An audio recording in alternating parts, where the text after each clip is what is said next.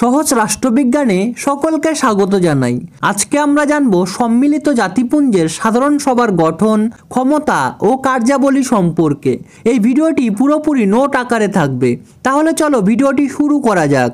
ভূমিকা: পৃথিবীর শান্তিকামী মানুষ দীর্ঘদিন ধরে যে বিশ্ব আইনসভার কথা কল্পনা করে আসছেন তারই এক প্রকার বাস্তব রূপ হলো সাধারণ সভা। এই সাধারণ সভাকে গেটেল বিশ্ব নাগরিক সভা বলে আখ্যা দিয়েছেন।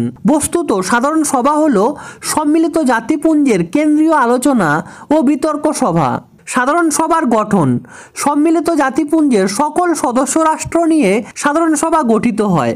বর্তমানে এর সদস্য সংখ্যা হলো 193। প্রতিটি সদস্য সাধারণ সভায় অনধিক 5 জন করে প্রতিনিধি প্রেরণ করতে পারে, তবে প্রতিটি সদস্য রাষ্ট্রের ভোট সংখ্যা 1টি। নিরাপত্তা পরিষদের অনুমোদন ক্রমে সাধারণ সভার 2/3 সদস্যের সমর্থনে যে কোনো আবেদনকারী সার্বভৌম রাষ্ট্রকে সাধারণ সভার সদস্য পদ দেওয়া যায়। গঠনের মধ্যে তোমরা আরেকটি পয়েন্ট করবে, সেটা হলো অধিবেশন। সাধারণ সভার অধিবেশন বছরে একবার বসে এবং তা বসে সেপ্টেম্বর মাসের 3য় মঙ্গলবারে। সাধারণত 3 মাস ধরে এই অধিবেশন চলে। তবে নিরাপত্তা পরিষদ বা অধিকাংশ সদস্য রাষ্ট্রের অনুরোধ ক্রমে মহাসচিব সাধারণ সভার বিশেষ অধিবেশন আহ্বান করতে পারেন। এছাড়াও মহাসচিব সাধারণ সভার বিশেষ জরুরি অধিবেশন আহ্বান করতে পারেন। প্রতি বছর অধিবেশন শুরু হবার আগে সাধারণ সভা একজন সভাপতি এবং 21 জন সহসভাপতি নির্বাচন করে। বলা দরকার, কার্য পরিচালনার ব্যাপারে সাধারণ সভাকে সাহায্য করার জন্য কতগুলি কমিটি রয়েছে। জাতিপুঞ্জের অধিকাংশ কার্য কমিটিগুলির মাধ্যমেই সম্পাদিত হয়। চলো এবার আমরা দেখে নেই সাধারণ সভার ক্ষমতা ও কার্যাবলী সম্পর্কে।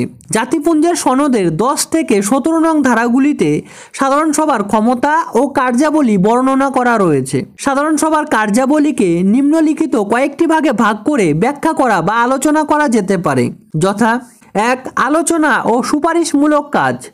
সাধারণ সভা সনদের অন্তর্ভুক্ত যে কোনো বিষয়ে আলোচনা করতে পারে। আন্তর্জাতিক শান্তি ও নিরাপত্তা সংক্রান্ত যে কোনো প্রশ্নই সাধারণ সভা আলোচনা করতে পারে।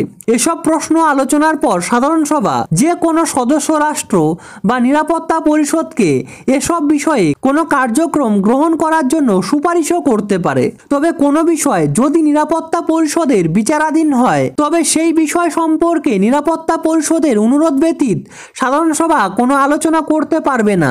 2. আন্তর্জাতিক শান্তি ও নিরাপত্তা সংক্রান্ত কাজ। আন্তর্জাতিক শান্তি ও নিরাপত্তা রক্ষার মুখ্য দায়িত্ব নিরাপত্তা পরিষদের ওপর ন্যস্ত হলেও শান্তি ও নিরাপত্তার বিষয়ে আলোচনা ও সুপারিশ করার ক্ষমতা সাধারণ সভার আছে। সনদের 11(2) নং ধারা অনুসারে জাতিপুঞ্জের কোনো সদস্য অথবা সদস্য নয় এমন রাষ্ট্র অথবা নিরাপত্তা পরিষদ শান্তি ও নিরাপত্তা সংক্রান্ত প্রশ্ন সাধারণ সভায় আলোচনার জন্য উপস্থাপিত করতে পারে। এছাড়াও 11(3) নং ধারায় বলা হয়েছে, আন্তর্জাতিক শান্তি ও নিরাপত্তা বিঘ্নিত হতে পারে এমন পরিস্থিতিতে সাধারণ সভা নিরাপত্তা পরিষদের দৃষ্টি আকর্ষণ করতে পারে। প্রসঙ্গক্রমে বলা দরকার যে শান্তি ও নিরাপত্তা রক্ষার দায়িত্বটি প্রধানত নিরাপত্তা পরিষদের হাতে ন্যস্ত থাকলেও 1950 সালে শান্তির জন্য ঐক্যবদ্ধ হওয়ার প্রস্তাব গৃহীত হবার পর থেকে সাধারণ সভা এই ব্যাপারে কিছু গুরুত্বপূর্ণ ক্ষমতার অধিকারী হয়ে ওঠে। এই ব্যাপারে বলতে কিন্তু এখানে বোঝানো হচ্ছে শান্তি ও নিরাপত্তা রক্ষার বিষয়টি। এই ক্ষমতা বলে অর্থাৎ শান্তির জন্য ঐক্য প্রস্তাব গৃহীত হওয়ার পর সাধারণ সভা 1956 সালের সুয়েজ সংকটে এবং 1960 সালের কঙ্গো সংকটে প্রয়োজনীয় ব্যবস্থা গ্রহণ করে। 3. নিরস্ত্রীকরণ সম্পর্কিত কাজ। জাতিসংঘের সাধারণ সভা বিশ্বব্যাপী নিরস্ত্রীকরণের প্রচারে গুরুত্বপূর্ণ ভূমিকা পালন করে। সনদের 19(1) নং ধারায় সাধারণ সভা নিরস্ত্রীকরণ সম্পর্কিত বিভিন্ন আলোচনা, নীতিমালা নির্ধারণ ও বাস্তবায়নের জন্য একাধিক পদক্ষেপ গ্রহণের সুপারিশ তার সদস্যবৃন্দকে অথবা নিরাপত্তা পরিষদকে জানাতে পারে। 4. অর্থনৈতিক কাজ। সম্মিলিত জাতিপুঞ্জের কোষাগারের দায়িত্ব সাধারণ সভার উপর ন্যস্ত থাকে।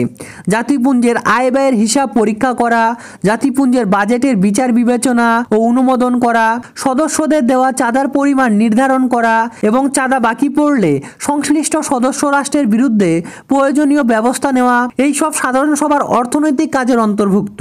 5. তত্ত্বাবধান সংক্রান্ত কাজ। অর্থনৈতিক ও সামাজিক পরিষদ, অচি পরিষদ, কর্ম দপ্তর এমনকি নিরাপত্তা পরিষদকেও তাদের কার্যাবলীর বিবরণ সাধারণ সভার নিকট পেশ করতে হয়। তবে নিরাপত্তা পরিষদের প্রদত্ত বিবরণের ওপর সাধারণ সভায় কোনো রকম বিতর্ক অনুষ্ঠিত হয় না বললেই চলে। 6. আইন সংক্রান্ত কাজ। জাতিপুঞ্জের সনদে 13 নং ধারায় আন্তর্জাতিক আইনের সংকলন, উন্নতি ও প্রসারের উৎসাহ দান করাকে সাধারণ সভার কার্য বলে স্বীকৃতি দেওয়া হয়েছে। প্রতি বৎসর এখানে আন্তর্জাতিক বিভিন্ন প্রশ্নে যে সকল প্রস্তাব ও সিদ্ধান্ত গৃহীত হয় সেগুলির অধিকাংশই আন্তর্জাতিক আইনের গুরুত্ব বহন করে।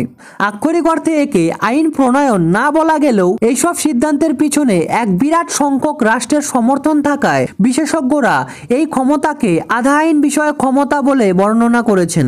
7. নির্বাচন সংক্রান্ত কাজ। সাধারণ সভা কিছু নির্বাচন সংক্রান্ত কাজও সম্পাদন করে থাকে।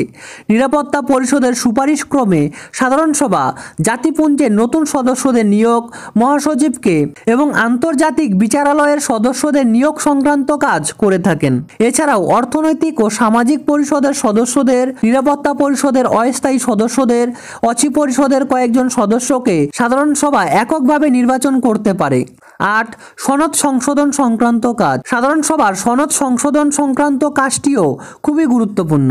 সনদ সংশোধনের প্রস্তাব কার্যকারী হতে গেলে নিরাপত্তা পরিষদের সকল স্থায়ী সদস্যদের সমর্থন এবং সাধারণ সভার উপস্থিত ও ভোটদানকারী সদস্যদের 2/3 কর্তৃক অনুমোদন প্রয়োজন হয়। 9. বিবিধ কার্যাবলী।